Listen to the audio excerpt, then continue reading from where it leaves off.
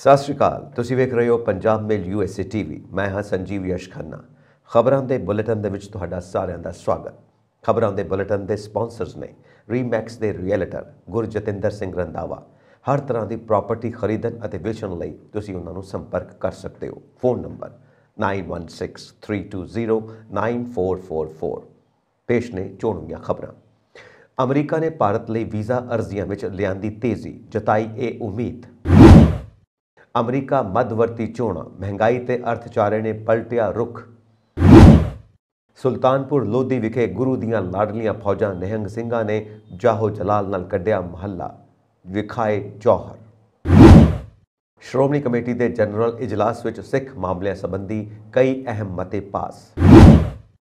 ਬੀਬੀ ਜਾਗੀਰ ਕੌਰ ਦੀ ਬਗਾਵਤ ਦਾ ਲਾਹਾ ਲੈ ਸਕਦੀ ਹੈ ਭਾਜਪਾ, ਇਸ ਲੋਕ ਸਭਾ ਸੀਟ ਤੋਂ ਮਿਲ ਸਕਦਾ ਹੈ ਮੌਕਾ।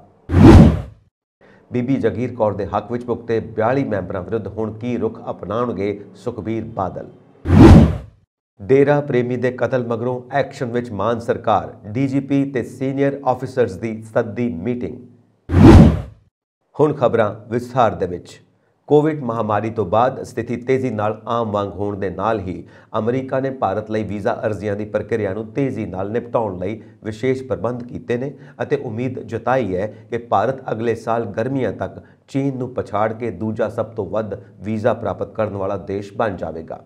ਨਵੀਂ ਦਿੱਲੀ ਵਿੱਚ ਸਥਿਤ ਅਮਰੀਕੀ ਦੂਤਘਰ ਦੇ ਇੱਕ ਸੀਨੀਅਰ ਅਧਿਕਾਰੀ ਨੇ ਵੀਰਵਾਰ ਨੂੰ ਇੱਥੇ ਕਿਹਾ ਕਿ ਅਮਰੀਕੀ ਸਰਕਾਰ ਲਈ ਭਾਰਤ ਨੰਬਰ 1 ਤਰਜੀਹ ਦੇਸ਼ ਹੈ।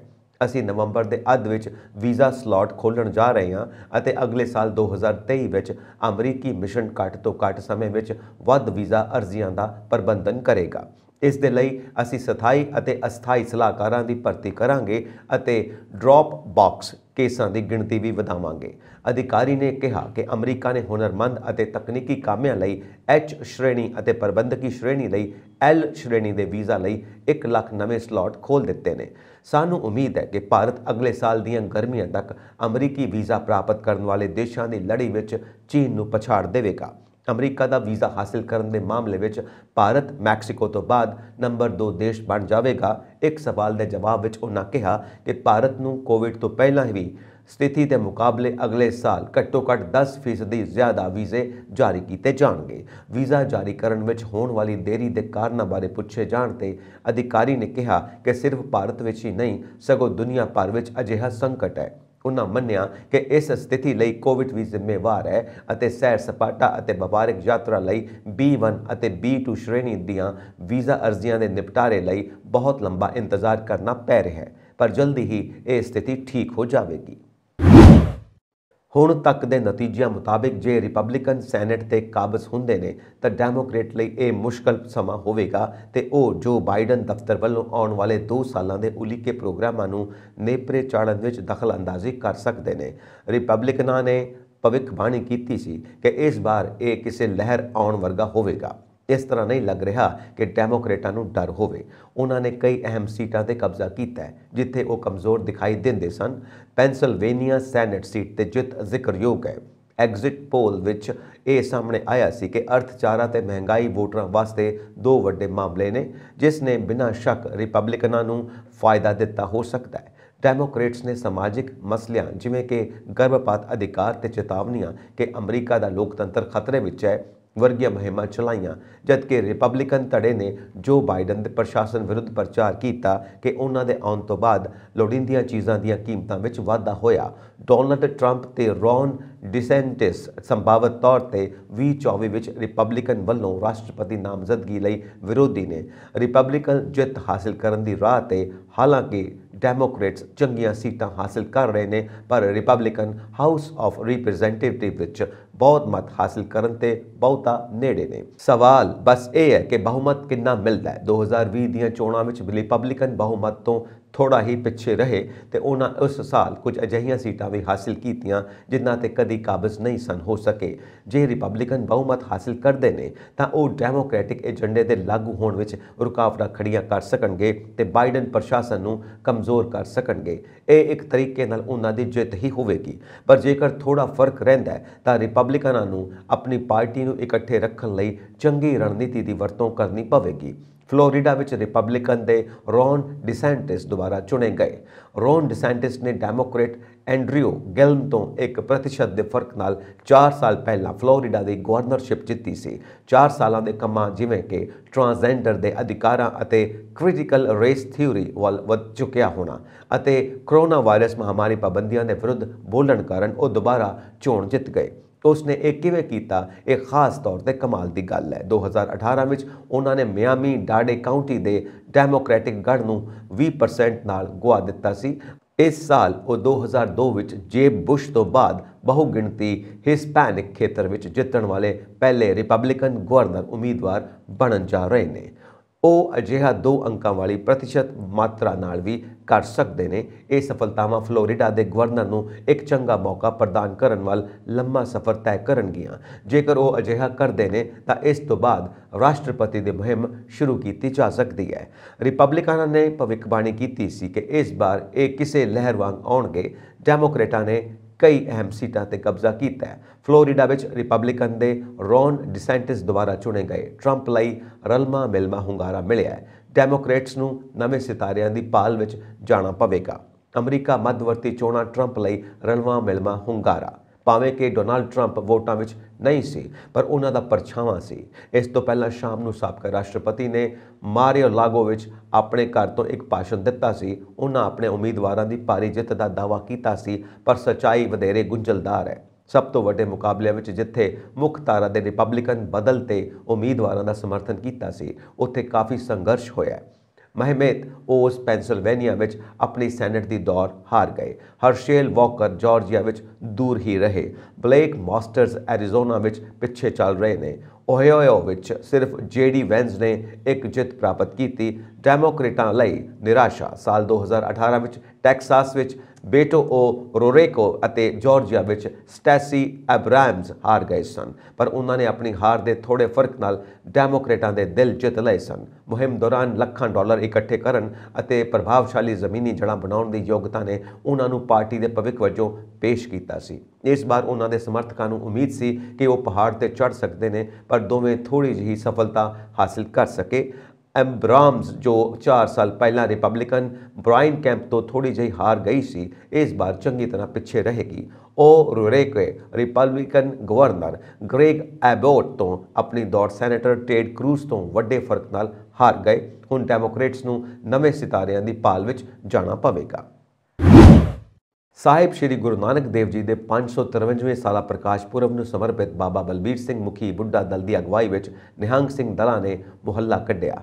ਦਸਮ ਪਾਤਸ਼ਾਹ ਦੀਆਂ ਲਾਡਲੀਆਂ ਫੌਜਾਂ ਨਿਹੰਗ ਸਿੰਘ ਦਲਾਂ ਵੱਲੋਂ ਸ਼੍ਰੋਮਣੀ ਪੰਥ ਅਕਾਲੀ ਬੁੱਢਾ ਦਲ 5ਵਾਂ ਤਖਤ ਚੱਲਦਾ ਵਹੀਰ ਚੱਕਰਵਰਤੀ ਦੇ 14ਵੇਂ ਮੁਖੀ ਸ਼੍ਰੋਮਣੀ ਸੇਵਾ ਰਤਨ ਸ਼੍ਰੋਮਣੀ ਪੰਥ ਰਤਨ ਸਿੰਘ ਸਾਹਿਬ ਜਥੇਦਾਰ ਬਾਬਾ ਬਲਬੀਰ ਸਿੰਘ ਅਕਾਲੀ 96 ਕਰੋੜੀ ਦੀ ਅਗਵਾਈ ਵਿੱਚ ਅਤੇ ਇਤਿਹਾਸਿਕ ਨਿਸ਼ਾਨ ਨਿਗਾਰਿਆਂ ਦੀ ਛਤਰ ਛਾਇਆ ਹੇਠ ਗੁਰਦੁਆਰਾ ਅਕਾਲ ਬੁੰਗਾ ਸਾਹਿਬ ਯਾਦਗਾਰ ਸਿੰਘ ਸਾਹਿਬ ਜਥੇਦਾਰ ਬਾਬਾ ਨਵਾਬ ਕਪੂਰ ਸਿੰਘ ਜੀ ਛਾਉਣੀ ਬੁੱਢਾ ਦਲ ਨਿਹੰਗ ਸਿੰਘ ਨੇੜੇ ਗੁਰਦੁਆਰਾ ਬੇਰ ਸਾਹਿਬ ਤੋਂ ਮੁਹੱਲੇ ਦੀ ਅਨਬਤਾ ਹੋਈ।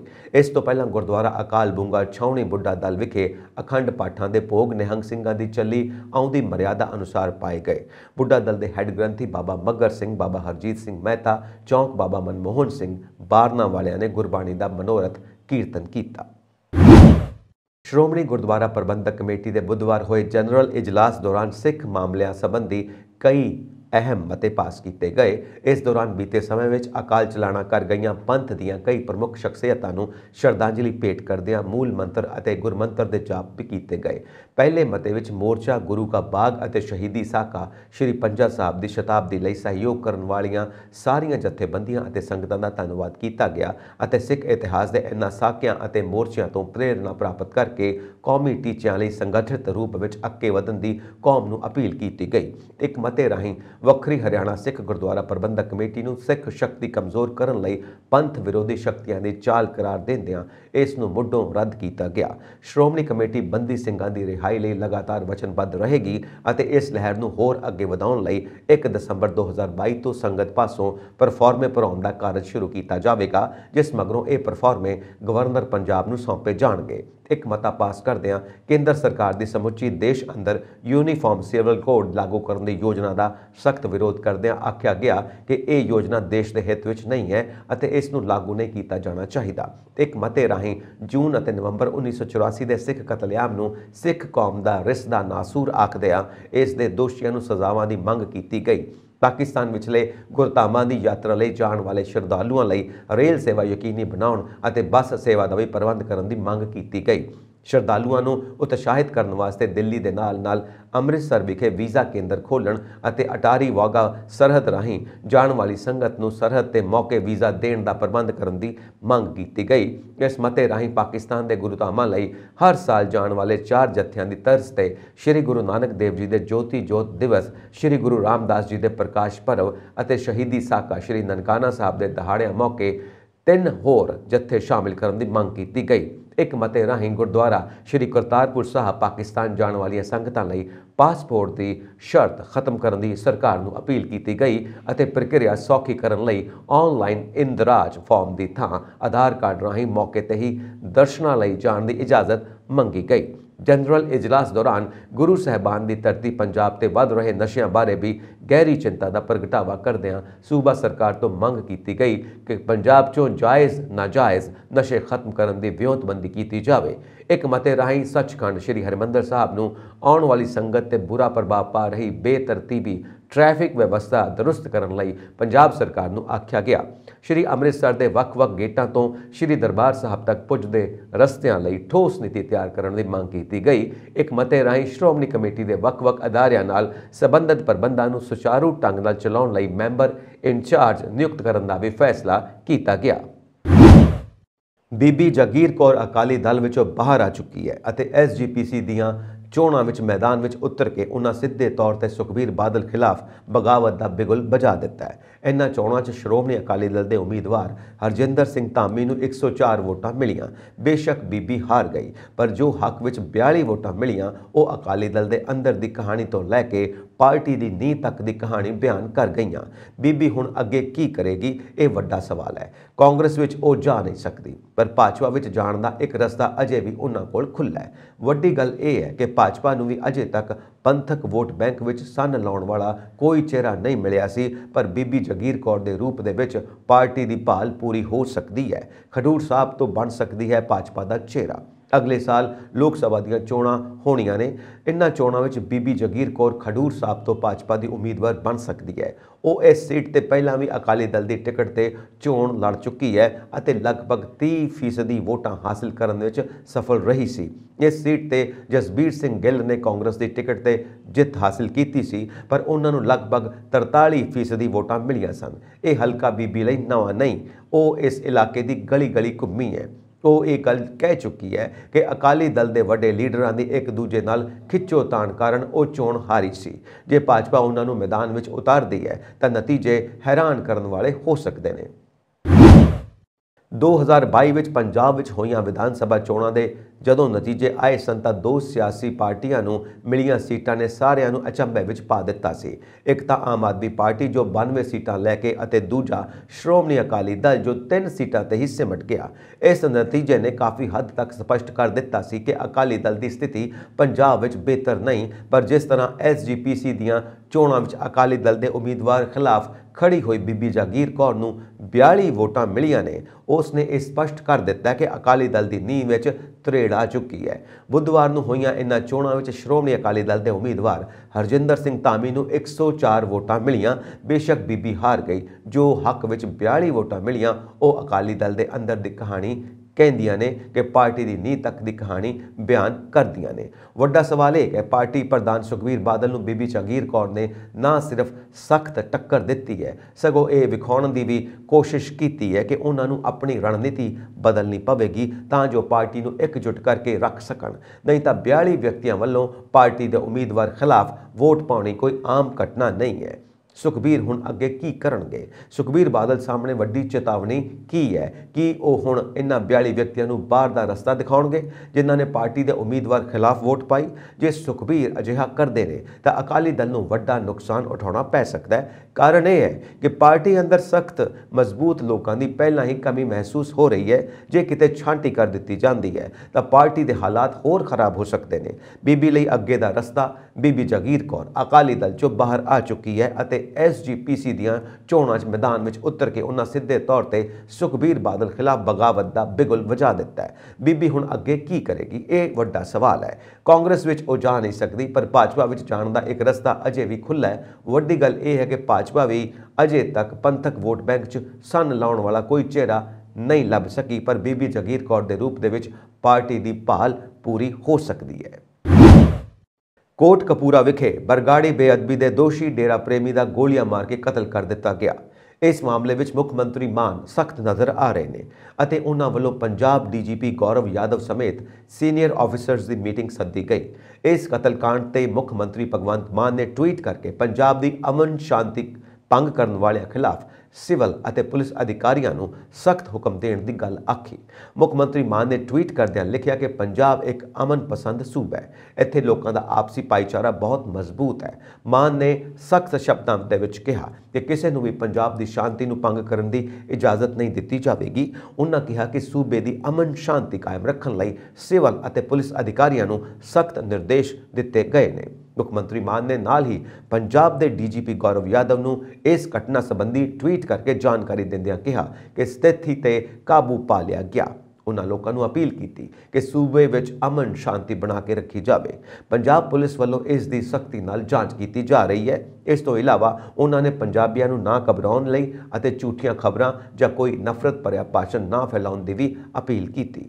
ਜ਼ਿਕਰਯੋਗ ਹੈ ਕਿ ਅੱਜ ਸਵੇਰੇ ਕੋਟਕਪੂਰਾ ਵਿਖੇ ਬਰਗਾੜੀ ਬੇਅਦਬੀ ਦੇ ਦੋਸ਼ੀ ਡੇਰਾ ਪ੍ਰੇਮੀ ਪ੍ਰਦੀਪ ਦਾ ਅਣਪਛਾਤੇ ਮੋਟਰਸਾਈਕਲ ਸਵਾਰਾਂ ਵੱਲੋਂ ਗੋਲੀਆਂ ਮਾਰ ਕੇ ਕਤਲ ਕਰ ਦਿੱਤਾ ਗਿਆ। ਦੱਸਣਯੋਗ ਹੈ ਕਿ ਮ੍ਰਿਤਕ ਪ੍ਰਦੀਪ ਬਰਗਾੜੀ ਬੇਅਦਬੀ ਮਾਮਲੇ ਵਿੱਚ FIR ਨੰਬਰ 63 ਵਿੱਚ ਨਾਮਜ਼ਦ ਸੀ ਅਤੇ ਸਵੇਰੇ ਆਪਣੀ ਦੁਕਾਨ ਖੋਲ੍ਹਣ ਜਾ ਰਿਹਾ ਸੀ, ਜਿਸ ਦੌਰਾਨ ਉਸ ਦਾ ਕਤਲ ਕਰ ਦਿੱਤਾ ਗਿਆ ਜਦਕਿ ਉਸ ਦਾ ਗਨਮੈਨ ਜ਼ਖਮੀ ਹੈ। ਇਸ ਸਾਰੀ ਘਟਨਾ ਦੀ CCTV ਫੁਟੇਜ ਵੀ ਸਾਹਮਣੇ ਆ ਗਈ ਹੈ। ਪੰਜਾਬ ਵਿੱਚ ਲਗਾਤਾਰ ਕਤਲੇਆਮ ਦੀਆਂ ਵਾਰਦਾਤਾਂ ਨੂੰ ਅੰਜਾਮ ਦਿੱਤਾ ਜਾ ਰਿਹਾ ਹੈ। ਇਸ ਤੋਂ ਪਹਿਲਾਂ ਅੰਮ੍ਰਿਤਸਰ ਵਿੱਚ ਸ਼ਿਵ ਸੈਨਾ ਆਗੂ ਸੁਧੀਰ ਸੂਰੀ ਦਾ ਵੀ ਕਤਲ ਕਰ ਦਿੱਤਾ ਗਿਆ ਸੀ, ਜਿਸ ਕਾਰਨ ਪੰਜਾਬ ਸਰਕਾਰ ਅਤੇ ਪੁਲਿਸ ਪ੍ਰਸ਼ਾਸਨ ਸਵਾਲਾਂ ਦੇ ਘੇਰੇ ਵਿੱਚ ਹੈ। ਸੂਬੇ ਵਿੱਚ ਵੱਧ ਰਹੀਆਂ ਵਾਰਦਾਤਾਂ ਨੂੰ ਲੈ ਕੇ ਪੰਜਾਬ ਦੇ CM ਭਗਵੰਤ ਮਾਨ ਨੇ ਟਵੀਟ ਸਾਂਝਾ ਕੀਤਾ। ਮੁੱਖ ਮੰਤਰੀ ਭਗਵੰਤ ਮਾਨ ਨੇ ਲੋਕਾਂ ਨੂੰ ਸ਼ਾਂਤੀ ਦੀ ਅਪੀਲ ਕਰਦਿਆਂ ਕਿਹਾ ਕਿ ਸੂਬੇ ਦੀ ਸ਼ਾਂਤੀ ਨੂੰ ਭੰਗ ਕਰਨ ਦੀ ਕਿਸੇ ਨੂੰ ਵੀ ਇਜਾਜ਼ਤ ਨਹੀਂ ਦਿੱਤੀ ਜਾਵੇਗੀ। ਮਾਨ ਨੇ ਟਵੀਟ ਵਿੱਚ ਕਿਹਾ ਕਿ ਪੰਜਾਬ ਇੱਕ ਸ਼ਾਂਤੀ ਪਸੰਦ ਸੂਬਾ ਹੈ ਜਿੱਥੇ ਲੋਕਾਂ ਦਾ ਆਪਸੀ ਭਾਈਚਾਰਾ ਬਹੁਤ ਮਜ਼ਬੂਤ ਹੈ। ਕਿਸੇ ਨੂੰ ਵੀ ਪੰਜਾਬ ਦੀ ਸ਼ਾਂਤੀ ਭੰਗ ਕਰਨ ਦੀ ਇਜਾਜ਼ਤ ਨਹੀਂ ਦਿੱਤੀ ਜਾਵੇਗੀ। ਸੂਬੇ ਵਿੱਚ ਸ਼ਾਂਤੀ ਬਣਾਈ ਰੱਖਣ ਲਈ ਸਿਵਲ ਅਤੇ ਪੁਲਿਸ ਅਧਿਕਾਰੀਆਂ ਨੂੰ ਸਖਤ ਹਿਦਾਇਤਾਂ ਦਿੱਤੀਆਂ ਗਈਆਂ ਨੇ। ਇਸ ਦੇ ਨਾਲ ਹੀ ਦੱਸ ਦਈਏ ਕਿ ਕੋਟਕਪੂਰਾ ਵਿੱਚ ਡੇਰਾ ਪ੍ਰੇਮੀ ਦਾ ਕਤਲ ਹੋਣ ਤੋਂ ਬਾਅਦ ਮੁੱਖ ਮੰਤਰੀ ਭਗਵੰਤ ਮਾਨ ਨੇ ਹਾਈ ਲੈਵਲ ਮੀਟਿੰਗ ਸੱਦੀ ਹੈ। ਇਸ ਮੀਟਿੰਗ ਵਿੱਚ DGP ਤੇ ਸੀਨੀਅਰ ਆਫੀਸਰਸ ਸ਼ਾਮਿਲ ਹੋਏ। ਡੇਰਾ ਪ੍ਰੇਮੀ ਪ੍ਰਦੀਪ ਸਿੰਘ ਬਰਗਾੜੀ ਬੇਅਦਬੀ ਮਾਮਲੇ ਸੰਬੰਧੀ FIR ਨੰਬਰ 63 ਵਿੱਚ ਵੀ ਨਾਮਜ਼ਦ ਸੀ। ਕੋਟਕਪੂਰਾ ਵਿਖੇ ਗੋਲੀਆਂ ਮਾਰ ਕੇ ਕਤਲ ਕੀਤੇ ਗਏ ਬਰਗਾੜੀ ਬੇਅਦਬੀ ਦੇ ਦੋਸ਼ੀ ਡੇਰਾ ਪ੍ਰੇਮੀ ਪ੍ਰਦੀਪ ਸਿੰਘ ਦੇ ਮਾਮਲੇ ਵਿੱਚ ਸਿਆਸਤ ਭਖਣੀ ਸ਼ੁਰੂ ਹੋ ਗਈ ਹੈ। ਪ੍ਰਦੀਪ ਦੇ ਕਤਲ ਮਗਰੋਂ ਵਿਰੋਧੀਆਂ ਤੇ ਨਿਸ਼ਾਨੇ ਤੇ ਆਮ ਆਦਮੀ ਪਾਰਟੀ ਦੀ ਸਰਕਾਰ ਆ ਗਈ ਹੈ। ਆਮ ਆਦਮੀ ਪਾਰਟੀ ਦੀ ਸਰਕਾਰ ਤੇ ਤੰਜ਼ ਕੱਸਦੇ ਪੰਜਾਬ ਦੇ ਸਾਬਕਾ ਮੁੱਖ ਮੰਤਰੀ ਕੈਪਟਨ ਅਮਰਿੰਦਰ ਸਿੰਘ ਨੇ ਕਿਹਾ ਕਿ ਭਗਵੰਤ ਮਾਨ ਦੀ ਅਗਵਾਈ ਵਾਲੀ ਸਰਕਾਰ ਪੰਜਾਬ ਵਿੱਚ ਕਤਲ ਵਰਗੀਆਂ ਵਾਰਦਾਤਾਂ ਨੂੰ ਰੋਕਣ ਵਿੱਚ ਪੂਰੀ ਤਰ੍ਹਾਂ ਫੇਲ ਸਾਬਿਤ ਹੋਈ ਹੈ। ਉਹਨਾਂ ਕਿਹਾ ਕਿ ਰੋਜ਼ਾਨਾ ਪੰਜਾਬ ਵਿੱਚ ਕਤਲ ਵਰਗੀਆਂ ਵਾਰਦਾਤਾਂ ਵਾਪਰ ਰਹੀਆਂ ਨੇ। ਪੰਜਾਬ ਪੂਰੀ ਤਰ੍ਹਾਂ ਅਰਾਜਕਤਾ ਵੱਲ ਵਧ ਰਿਹਾ ਹੈ। ਉਹਨਾਂ ਮਾਨ ਸਰਕਾਰ ਨੂੰ ਅਪੀਲ ਕਰਦੇ ਹੋਏ ਕਿਹਾ ਕਿ ਇਸ ਤੋਂ ਪਹਿਲਾਂ ਅਸੀਂ 80 ਦੇ ਦਹਾਕੇ ਦੇ ਕਾਲੇ ਯੁੱਗ ਵੱਲ ਵਧੀਏ। ਮੁੱਖ ਮੰਤਰੀ ਭਗਵੰਤ ਸੂਬੇ ਦੀ ਕਾਨੂੰਨ ਵਿਵਸਥਾ ਤੇ ਧਿਆਨ ਦੇਣਾ ਸ਼ੁਰੂ ਕਰਨ। ਉੱਥੇ ਹੀ ਅਮਰਿੰਦਰ ਸਿੰਘ ਰਾਜਾ ਵੜਿੰਗ ਨੇ ਵੀ ਇਸ ਘਟਨਾ ਦੀ ਨਿੰਦਾ ਕਰਦੇ ਹੋਏ ਕਿਹਾ ਕਿ ਇਹ ਪੰਜਾਬ ਵਿੱਚ ਪੂਰੀ ਤਰ੍ਹਾਂ ਅਰਾਜਕਤਾ ਹੈ। ਮਾਨ ਸਰਕਾਰ ਪੂਰੀ ਤਰ੍ਹਾਂ ਫੇਲ ਹੈ। ਮਾਨ ਸਰਕਾਰ 24 ਘੰਟਿਆਂ ਦੇ ਅੰਦਰ ਬੇਅਦਬੀ ਦੇ ਮਾਮਲਿਆਂ ਦੇ ਵਿੱਚ ਨਿਆਂ ਕਰਨਾ ਭੁੱਲ ਗਏ ਨੇ। ਲੋਕਾਂ ਨੇ ਕਾਨੂੰਨ ਨੂੰ ਆਪਣੇ ਹੱਥਾਂ ਵਿੱਚ ਲੈਣਾ ਸ਼ੁਰੂ ਕਰ ਦਿੱਤਾ ਹੈ। ਕੋਟਕਪੂਰਾ ਵਿੱਚ ਇੱਕ ਡੇਰਾ ਪ੍ਰੇਮੀ ਦਾ ਕਤਲ ਕਰ ਦਿੱਤਾ ਗਿਆ। ਜ਼ਿਕਰਯੋਗ ਹੈ ਕਿ ਕੋਟਕਪੂਰਾ ਵਿੱਚ ਵੀਰਵਾਰ ਸਵੇਰੇ ਗੋਲੀਆਂ ਮਾਰ ਕੇ ਬਰਗਾੜੀ ਬੇਅਦਬੀ ਮਾਮਲੇ ਦੇ ਦੋਸ਼ੀ ਪ੍ਰਦੀਪ ਦਾ ਕਤਲ ਕਰ ਦਿੱਤਾ ਗਿਆ। ਇਸ ਕਤਲ ਦੀ ਜ਼ਿੰਮੇਵਾਰੀ ਗੈਂਗਸਟਰ ਗੋਲਡੀ ਬਰਾੜ ਵੱਲੋਂ ਲਈ ਗਈ ਹੈ। ਗੋਲਡੀ ਬਰਾੜ ਨੇ ਫੇਸਬੁੱਕ ਤੇ ਪੋਸਟ ਪਾ ਕੇ ਇਸ ਘਟਨਾ ਦੀ ਜ਼ਿੰਮੇਵਾਰੀ ਲਈ ਹੈ। ਗੋਲਡੀ ਬਰਾੜ ਨੇ ਆਪਣੀ ਪੋਸਟ ਵਿੱਚ ਲਿਖਿਆ ਕਿ ਅੱਜ ਜੋ ਕੋਟਕਪੂਰਾ ਵਿੱਚ ਬਰਗਾੜੀ ਬੇਅਦਬੀ ਕੇਸ ਦੇ ਦੋਸ਼ੀ ਪ੍ਰਦੀਪ ਦਾ ਕਤਲ ਹੋਇਆ, ਉਸ ਦੀ ਜ਼ਿੰਮੇਵਾਰੀ ਮੈਂ ਗੋਲਡੀ ਬਰਾੜ ਲਾਰੈਂਸ ਬਿਸ਼ਨੋਈ ਗਰੁੱਪ ਲੈਂਦਾ ਹਾਂ। ਗੋਲਡੀ ਬਰਾੜ ਨੇ ਲਿਖਿਆ ਕਿ ਬੀਤੇ 7 ਸਾਲਾਂ ਤੋਂ 3 ਸਰਕਾਰਾਂ ਬੇਅਦਬੀ ਘਟਨਾਵਾਂ ਦਾ ਇਨਸਾਫ ਨਹੀਂ ਦੇ ਸਕੀਆਂ। ਉਸ ਨੇ ਲਿਖਿਆ ਕਿ ਜੋ ਵੀ ਕਿਸੇ ਧਰਮ ਦੀ ਬੇਅਦਬੀ ਕਰੇਗਾ ਉਸ ਨਾਲ ਇੰਜ ਹੀ ਹੋਏਗਾ। ਉਸ ਨੇ ਲਿਖਿਆ ਕਿ ਬੇਅਦਬੀ ਮਾਮਲੇ ਵਿੱਚ ਹਿੰਦੂ ਸਿੱਖ ਭਰਾਵਾਂ ਨੇ ਇਕੱਠੇ ਇਹ ਬਦਲਾ ਲਿਆ ਕਿਉਂਕਿ ਗੁਰੂ ਸਾਹਿਬ ਸਭ ਦੇ ਸਾਂਝੇ ਨੇ। ਪੰਜਾਬ ਦੇ ਸਾਬਕਾ ਮੰਤਰੀ ਭਾਰਤ ਭੂਸ਼ਣ ਆਸ਼ੂ ਖਿਲਾਫ ਹਜ਼ਾਰਾਂ ਕਰੋੜ ਦੇ ਟੈਂਡਰ ਘਪਲੇ ਸੰਬੰਧੀ ਵਿਜੀਲੈਂਸ ਵੱਲੋਂ ਦਰਜ FIR ਨੂੰ ਪੰਜਾਬ ਅਤੇ ਹਰਿਆਣਾ ਹਾਈ ਕੋਰਟ ਦੇ ਜਸਟਿਸ ਰਾਜਮੋਹਨ ਸਿੰਘ ਨੇ ਰੱਦ ਕਰਨ ਦੀ ਪਟੀਸ਼ਨ ਤੇ ਸੁਣਵਾਈ ਕਰਨ ਤੋਂ ਇਨਕਾਰ ਕਰ ਦਿੱਤਾ ਹੈ। ਹੁਣ ਉਕਤ ਪਟੀਸ਼ਨ ਦੁਬਾਰਾ ਚੀਫ ਜਸਟਿਸ ਕੋਲ ਭੇਜੀ ਜਾਵੇਗੀ, ਜਿੱਥੋਂ ਇਸ ਨੂੰ ਮੁੜ ਸੁਣਵਾਈ ਲਈ ਕਿਸੇ ਹੋਰ ਅਦਾਲਤ ਵਿੱਚ ਭੇਜਿਆ ਜਾਵੇਗਾ। ਪੰਜਾਬ ਸਰਕਾਰ ਵੱਲੋਂ ਸੂਬੇ ਦੇ ਸਰਕਾਰੀ ਸਕੂਲਾਂ ਵਿੱਚ ਬੁਨਿਆਦੀ ਸਹੂਲਤਾਂ ਮੁਹੱਈਆ ਕਰਵਾਉਣ ਦੇ ਮਕਸਦ ਨਾਲ ਲਗਭਗ 23 ਕਰੋੜ ਰੁਪਏ ਦੀ ਗ੍ਰਾਂਟ ਜਾਰੀ ਕੀਤੀ ਗਈ ਹੈ, ਜਿਸ ਵਿੱਚੋਂ ਵਾਧੂ ਕਲਾਸਰੂਮ, ਪਖਾਨਿਆਂ, ਲਾਇਬ੍ਰੇਰੀਆਂ ਅਤੇ ਆਰਟ ਐਂਡ ਕ੍ਰਾਫਟ ਕਮਰਿਆਂ ਦੀ ਉਸਾਰੀ ਲਈ 12 ਕਰੋੜ 65 ਲੱਖ 25,000 ਦੀ ਨਵੀਂ ਗ੍ਰਾਂਟ ਜਾਰੀ ਕੀਤੀ ਗਈ ਹੈ, ਜਦਕਿ ਪਹਿਲਾਂ ਚੱਲ ਰਹੇ ਕਾਰਜਾਂ ਨੂੰ ਵੀ ਜਾਰੀ ਰੱਖਣ ਲਈ 10 ਕਰੋੜ 34 ਲੱਖ 73,221 ਰੁਪਏ ਦੀ ਵਾਧੂ ਗ੍ਰਾਂਟ ਵੀ ਜਾਰੀ ਕੀਤੀ ਗਈ। ਸਰਕਾਰ ਲਈ ਸਿੱਖਿਆ ਤਰਜੀਹੀ ਖੇਤਰ ਹੈ, ਜਿਸ ਸਦਕਾ ਸਕੂਲਾਂ ਵਿੱਚ ਬੁਨਿਆਦੀ ਢਾਂਚੇ ਨੂੰ ਪੂਰੀ ਤਰ੍ਹਾਂ ਸਥਾਪਿਤ ਕਰਨ ਲਈ ਲਗਾਤਾਰ ਗ੍ਰਾਂਟਾਂ ਜਾਰੀ ਕੀਤੀਆਂ ਜਾ ਰਹੀਆਂ ਨੇ। ਪੰਜਾਬ ਵਿੱਚ ਵੱਧ ਰਹੀ TB ਦੀ ਬਿਮਾਰੀ ਨੂੰ ਲੈ ਕੇ ਸਿਹਤ ਮੰਤਰੀ ਜੋੜਾ ਮਾਜਰਾ ਨੇ ਵੱਡਾ ਬਿਆਨ ਦਿੱਤਾ। ਉਹਨਾਂ ਕਿਹਾ ਕਿ 2025 ਤੱਕ ਪੰਜਾਬ ਨੂੰ TB ਮੁਕਤ ਕਰ ਦਿੱਤਾ ਜਾਵੇਗਾ। ਸਾਲ 2022-23 ਵਿੱਚ 70,000 ਮਰੀਜ਼ਾਂ ਦੀ ਪਛਾਣ ਕੀਤੀ ਜਾਵੇਗੀ ਤੇ ਉਹਨਾਂ ਦਾ ਇਲਾਜ ਕੀਤਾ ਜਾਵੇਗਾ। ਜੋੜਾ ਮਾਜਰਾ ਨੇ ਦੱਸਿਆ ਕਿ ਪੰਜਾਬ ਨੂੰ ਬ੍ਰਾਂਚ ਕੈਟਾਗਰੀ ਦਾ ਸਰਟੀਫਿਕੇਟ ਮਿਲ ਗਿਆ ਹੈ। ਅਗਲੇ ਸਾਲ ਤੱਕ ਪੰਜਾਬ ਸਿਲਵਰ ਕੈਟਾਗਰੀ ਵਿੱਚ ਸ਼ਾਮਿਲ ਹੋ ਜਾਵੇਗਾ। ਉਹਨਾਂ ਦੱਸਿਆ ਕਿ ਪੰਜਾਬ ਦੇ ਸਿਹਤ ਅਤੇ ਪਰਿਵਾਰ ਭਲਾਈ ਵਿਭਾਗ ਵੱਲੋਂ TB ਦੇ ਨਵੇਂ ਕੇਸਾਂ ਵਿੱਚ 80% ਤੋਂ ਵੱਧ ਕਮੀ ਲਿਆ ਕੇ TB ਦੇ ਖਾਤਮੇ ਦੇ ਉਦੇਸ਼ ਨਾਲ ਮਕਸੀਪਾ ਚੰਡੀਗੜ੍ਹ ਵਿਖੇ 2 ਰੋਜ਼ਾ ਵਰਕਸ਼ਾਪ ਦਾ ਆਯੋਜਨ ਕੀਤਾ ਗਿਆ ਹੈ। ਇਸ ਵਰਕਸ਼ਾਪ ਦਾ ਆਯੋਜਨ ਸਿਹਤ ਅਤੇ ਪਰਿਵਾਰ ਕਲਿਆਣ ਮੰਤਰਾਲੇ ਅਤੇ ਰਾਸ਼ਟਰੀ TB ਐਲੀਮੀਨੇਸ਼ਨ ਪ੍ਰੋਗਰਾਮ NTEP ਦੁਆਰਾ ਸਾਂਝੇਦਾਰਾਂ ਪ੍ਰਾਈਵੇਟ ਨਾਲ ਸਰਗਰਮੀ ਨਾਲ ਸਹਿਯੋਗ ਕਰਕੇ TB ਦੇ ਵੱਧ ਤੋਂ ਵੱਧ ਕੇਸਾਂ ਨੂੰ ਲੱਭਣ, ਟੈਸਟ ਕਰਨ ਅਤੇ ਇਲਾਜ ਕਰਨ ਲਈ ਦੇਸ਼ ਵਿਆਪੀ ਯਤਨਾਂ ਦੇ ਹਿੱਸੇ ਵਜੋਂ ਆਯੋਜਿਤ ਕੀਤਾ ਗਿਆ।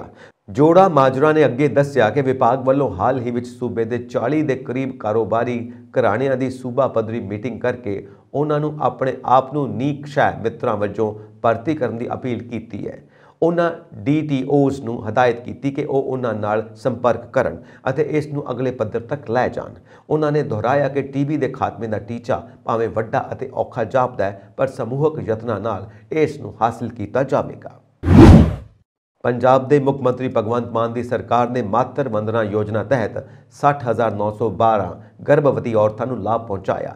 ਇਸ ਦੀ ਜਾਣਕਾਰੀ ਦਿੰਦੇ ਹੋਏ ਮੰਤਰੀ ਡਾਕਟਰ ਬਲਜੀਤ ਕੌਰ ਨੇ ਦੱਸਿਆ ਕਿ ਪੰਜਾਬ ਸਰਕਾਰ ਨੇ ਚਾਲੂ ਵਿੱਤੀ ਸਾਲ ਵਿੱਚ ਗਰਭਵਤੀ ਔਰਤਾਂ ਨੂੰ 10.40 ਕਰੋੜ ਦੀ ਰਕਮ ਵੰਡੀ ਹੈ। ਪੰਜਾਬ ਸਰਕਾਰ ਨੇ ਸਕੀਮ ਲਈ 36.60 ਕਰੋੜ ਦੇ ਬਜਟ ਦੀ ਵਿਵਸਥਾ ਰੱਖੀ ਹੈ। ਇਸ ਸੰਬੰਧੀ ਵਧੇਰੇ ਜਾਣਕਾਰੀ ਦਿੰਦਿਆਂ ਸਮਾਜਿਕ ਸੁਰੱਖਿਆ, ਇਸਤਰੀ ਤੇ ਬਾਲ ਵਿਕਾਸ ਵਿਭਾਗ ਦੀ ਮੰਤਰੀ ਡਾਕਟਰ ਬਲਜੀਤ ਕੌਰ ਨੇ ਦੱਸਿਆ ਕਿ ਸਰਕਾਰ ਗਰਭਵਤੀ ਔਰਤਾਂ ਅਤੇ ਦੁੱਧ ਪਿਲਾਉਣ ਵਾਲੀਆਂ ਮਾਵਾਂ ਦੇ ਪੋਸ਼ਣ ਅਤੇ ਸਿਹਤ ਦੀ ਸਥਿਤੀ ਨੂੰ ਸੁਧਾਰਨ ਲਈ ਲਗਾਤਾਰ ਕੰਮ ਕਰ ਰਹੀ ਹੈ। ਉਹਨਾਂ ਦੱਸਿਆ ਕਿ ਇਸ ਸਕੀਮ ਤਹਿਤ ਸੂਬੇ ਵਿੱਚ ਕੁੱਲ 60,912 ਮਹਿਲਾ ਲਾਭਪਾਤਰੀਆਂ ਨੇ, ਜਿਨ੍ਹਾਂ ਨੂੰ ਹੁਣ ਤੱਕ 10.40 ਕਰੋੜ ਰੁਪਏ ਵੰਡੇ ਜਾ ਚੁੱਕੇ ਨੇ ਅਤੇ ਸੂਬਾ ਸਰਕਾਰ ਨੇ ਇਸ ਸਕੀਮ ਲਈ 36.60 ਕਰੋੜ ਰੁਪਏ ਦਾ ਬਜਟ ਰਾਖਵਾਂ ਰੱਖਿਆ। ਡਾਕਟਰ ਬਲਜੀਤ ਕੌਰ ਨੇ ਅੱਗੇ ਦੱਸਿਆ ਕਿ ਪਹਿਲਾਂ ਵੀ 5,000 ਰੁਪਏ ਦਾ ਲਾਭ ਮਿਲਦਾ ਸੀ। ਪ੍ਰਧਾਨ ਮੰਤਰੀ ਮਾਤਰ ਵੰਦਨਾ ਯੋਜਨਾ ਦੇ ਤਹਿਤ 19 ਸਾਲ ਅਤੇ ਇਸ ਤੋਂ ਵੱਧ ਉਮਰ ਦੀਆਂ ਔਰਤਾਂ ਨੂੰ ਉਹਨਾਂ ਦੇ ਪਹਿਲੇ ਜੀਵਤ ਬੱਚੇ ਦੇ ਜਨਮ ਤੇ 5,000 3 ਕਿਸ਼ਤਾਂ ਵਿੱਚ ਰੁਪਏ 1,000 2,000 ਵਿੱਚ ਦਿੱਤੇ ਗਏ ਸਨ। ਪਰ ਅਪ੍ਰੈਲ 2022 ਨੂੰ ਸਮਾਜ ਦੇ ਸਮਾਜਿਕ ਅਤੇ ਆਰਥਿਕ ਤੌਰ ਤੇ ਕਮਜ਼ੋਰ ਵਰਗਾਂ ਦੀਆਂ ਔਰਤਾਂ ਨੂੰ ਜਣੇਪਾ ਲਾਭ ਦੇ ਤਹਿਤ 5,000 ਰੁਪਏ ਦੀਆਂ 2 ਕਿਸ਼ਤਾਂ ਵਿੱਚ ਦਿੱਤਾ ਜਾਵੇਗਾ। ਇਹ ਸਹਾਇਤਾ ਗਰਭਵਤੀ ਔਰਤਾਂ ਅਤੇ ਦੁੱਧ ਚੁੰਘਾਉਣ ਵਾਲੀਆਂ ਮਾਵਾਂ ਨੂੰ ਵਿਸ਼ੇਸ਼ ਸ਼ਰਤਾਂ ਦੀ ਪੂਰਤੀ ਦੇ ਅਧੀਨ ਉਹਨਾਂ ਦੇ ਪੋਸ਼ਣ ਅਤੇ ਸਿਹਤ ਸਥਿਤੀ ਨੂੰ ਉੱਚਾ ਚੁੱਕਣ ਲਈ ਦਿੱਤੀ ਜਾਂਦੀ ਹੈ। ਭਗੌੜੇ ਹੀਰਾ ਕਾਰੋਬਾਰੀ ਨੀਰਵ ਮੋਦੀ ਨੂੰ ਭਾਰਤ ਲਿਆਉਣ ਦਾ ਰਸਤਾ ਸਾਫ਼ ਹੁੰਦਾ ਦਿਖ ਰਿਹਾ ਹੈ। ਦਰਅਸਲ ਨੀਰਵ ਨੂੰ ਭਾਰਤ ਲਿਆਉਣ ਲਈ ਭਾਰਤੀ ਏਜੰਸੀਆਂ ਨੇ ਸਰਕਾਰੀ ਤੇ ਕਾਨੂੰਨੀ ਪੱਧਰ ਤੇ ਅਪੀਲ ਦਾਇਰ ਕੀਤੀ ਸੀ। ਇਸ ਵਿੱਚ ਕਿਹਾ ਗਿਆ ਸੀ ਕਿ ਨੀਰਵ ਨੇ ਭਾਰਤ ਦੇ ਬੈਂਕਿੰਗ ਸਿਸਟਮ ਨਾਲ ਫਰਾਡ ਕੀਤਾ ਹੈ, ਲਿਹਾਜ਼ਾ ਉਸ ਨੂੰ ਕਾਨੂੰਨੀ ਪ੍ਰਕਿਰਿਆ ਲਈ ਭਾਰਤੀ ਏਜੰਸੀਆਂ ਦੇ ਹਵਾਲੇ ਕੀਤਾ ਜਾਵੇ। ਲੰਡਨ ਵਿੱਚ ਐਸ਼ੋ ਆਰਾਮ ਦੀ ਜ਼ਿੰਦਗੀ ਗੁਜ਼ਾਰ ਰਹੇ ਇਸ ਭਗੌੜੇ ਨੇ ਆਪਣੇ ਬਚਾਓ ਵਿੱਚ ਕਈ ਤਰਕ ਪੇਸ਼ ਕੀਤੇ। ਨੀਰਵ ਨੇ ਕਿਹਾ ਕਿ ਉਹ ਭਾਰਤੀ ਕਾਨੂੰਨ ਦਾ ਸਾਹਮਣਾ ਕਰਨ ਨੂੰ ਤਿਆਰ ਹੈ, ਪਰ ਉਸ ਨੂੰ ਭਾਰਤੀ ਏਜੰਸੀਆਂ ਦੇ ਹਵਾਲੇ ਨਾ ਕੀਤਾ ਜਾਵੇ। ਜਦੋਂ ਹੇਠਲੀ ਅਦਾਲਤ ਨੇ ਉਸ ਨੂੰ ਭਾਰਤ ਨੂੰ ਸੌਂਪਣ ਦਾ ਫੈਸਲਾ ਕੀਤਾ ਤਾਂ ਉਸ ਨੇ ਹਾਈ ਕੋਰਟ ਦਾ ਰੁਖ ਕੀਤਾ ਤੇ ਹੁਣ ਹਾਈ ਕੋਰਟ ਨੇ ਉਸ ਦੀ ਪਟੀਸ਼ਨ ਖਾਰਜ ਕਰ ਦਿੱਤੀ ਹੈ। ਨੀਰਵ ਨੇ ਪਟੀਸ਼ਨ ਵਿੱਚ ਕਿਹਾ ਸੀ ਕਿ ਭਾਰਤ ਵਿੱਚ ਜੇਲ੍ਹਾਂ ਦੀ ਹਾਲਤ ਬੇहद ਖਰਾਬ ਹੈ ਅਤੇ ਉੱਥੇ ਉਸ ਨੂੰ ਜਾਨ ਦਾ ਖਤਰਾ ਵੀ ਹੋ ਸਕਦਾ ਹੈ। ਇਸ ਦੇ ਜਵਾਬ ਵਿੱਚ ਭਾਰਤੀ ਏਜੰਸੀਆਂ ਨੇ ਲੰਡਨ ਦੀ ਅਦਾਲਤ ਨੂੰ ਇਸ ਬਾਰੇ ਤਫਸੀਲੀ ਜਾਣਕਾਰੀ ਦਿੱਤੀ ਤੇ ਦੱਸਿਆ ਕਿ ਨੀਰਵ ਸਿਰਫ ਬਚਣ ਦਾ ਰਸਤਾ ਲੱਭ ਰਿਹਾ ਹੈ। ਅਦਾਲਤ ਨੇ ਇਸੇ ਆਧਾਰ ਤੇ ਉਸ ਨੂੰ ਭਾਰਤ ਹਵਾਲੇ ਦਾ ਹੁਕਮ ਸੁਣਾਇਆ। ਅਦਾਲਤ ਨੇ ਕਿਹਾ ਕਿ ਨੀਰਵ ਨੂੰ ਭਾਰਤ ਦੇ ਹਵਾਲੇ ਕਰਨ ਦਾ ਫੈਸਲਾ ਨਾ ਤਾਂ ਨਾਇਨਸਾਫੀ ਹੈ ਅਤੇ ਨਾ ਇਸ ਨੂੰ ਕਿਸੇ ਦਬਾਅ ਦੇ ਤੌਰ ਤੇ ਲਿਆ ਜਾਣਾ ਚਾਹੀਦਾ ਹੈ। पंजाब और हरियाणा हाई कोर्ट ने पंजाब विच माइनिंग ते रोक लगा दी है। जानकारी मुताबिक एडवोकेट सहजप्रीत सिंह ने हाई कोर्ट विच पटीशन दायर की सी। उन्होंने कहा सी कि सरकार खुद ही गैर कानूनी तरीके नाल माइनिंग कर रही है। उन्होंने कहा सी कि माइनिंग कारण नदियां विच भारी मशीनरी का इस्तेमाल हो रहा है। पटीशनकर्ता का कहना है कि हाई कोर्ट की रोक के बावजूद सरकार माइनिंग कर रही है। इससे हाई कोर्ट के चीफ जस्टिस ने कहा कि सरकार बिना वातावरण विभाग की क्लीयरेंस के किसी भी तरह की माइनिंग ना करे। पंजाब सरकार वालों पेश होए एडवोकेट जनरल ने अदालत को भरोसा दिता कि सरकार बिना विभाग की क्लीयरेंस के माइनिंग नहीं करेगी। ट्विटर के बाद हुण फेसबुक तो वड्डे पैमाने पर मुलाजम कड्ढे जाने का फैसला लिया गया। फेसबुक की पेरेंट कंपनी मेटा इंक ने एक झटके में 11,000 तो वध मुलाजमां नूं बाहर कड्ढण ते मोहर लगा दी है। इस बारे खुद मार्क जुकरबर्ग ने जानकारी दी है। मैटा के चीफ एग्जीक्यूटिव मार्क जुकरबर्ग ने एक ब्लॉग राਹੀਂ कहा कि अज मैं मैटा के इतिहास में लए गए कुछ सब तो मुश्किल फैसलों बारे दस्सण जा रहे हाँ। असीं अपनी टीम के आकार नूं लगभग 13% घटाउण का फैसला किया। इस कारण 11,000 तो वध प्रतिभाशाली कर्मचारियों को नौकरी तो हाथ धोने पै रहे हैं। मैटा विच इस समय लगभग 87,000 कर्मचारी काम कर रहे हैं। कटे गए 11,000 कर्मचारियों में फेसबुक तो इलावा व्हाट्सएप और इंस्टाग्राम से भी हैं। उन्होंने कहा कि कंपनी में नौकरी तो कड्ढे जाने वाले कर्मचारियों को 4 महीनों की वाधू तनख्वाह दी जा रही है। इस फैसले को लैके मंगलवार की बैठक में मार्क जुकरबर्ग काफ़ी निराश दिखाई दिते और कहा कि वह कंपनी के गलत कदमों लई जिम्मेवार ने और विकास को लैके उन्होंने ज़्यादा आशावादी होने कारण ओवर सर्फिंग हुई है। मीटिंग दौरान उन्होंने कंपनी के कर्मचारियों की भारी कमी बारे भी जानकारी साझी की थी। फेसबुक की स्थापना साल 2004 में हुई सी अते फिर इसका नाम बदल के मैटा कर दिता गया। मैटा विच इस समय लगभग 87,000 कर्मचारी काम कर रहे हैं। 18 सालों में पहली बार इन्ने वड्डे पद्धर ते लोगों को फेसबुक तो हटाया गया। फेसबुक की मूल कंपनी मेटा इंक इस साल S&P 500 में सब तो खराब प्रदर्शन करने वाली फर्म साबित हुई है। पिछले एक महीने में मैटा का स्टॉक पिछले 5 सालों में लगभग 50% टुट गया। पिछले एक महीने की गल करिए तो इस विच करीब 35% की गिरावट आई है। इस दे नाल ही इस स्टॉक ने एक साल में 73% का घाटा दिता है। पिछले साल 4 नवंबर 2021 को कंपनी के स्टॉक की कीमत लगभग $338 सी, जो हुण लगभग $90 तक डिग गई है। ਇਹ ਸਨ ਅੱਜ ਦੀਆਂ ਮੁੱਖ ਖਬਰਾਂ। ਹੋਰ ਅਪਡੇਟਸ ਦੇ ਲਈ ਵੇਖਦੇ ਰਹੋ ਪੰਜਾਬ ਮੇਲ USA TV। ਸਬਸਕ੍ਰਾਈਬ ਕਰੋ ਪੰਜਾਬ ਮੇਲ USA TV। ਸਤਿ ਸ਼੍ਰੀ ਅਕਾਲ ਜੀ।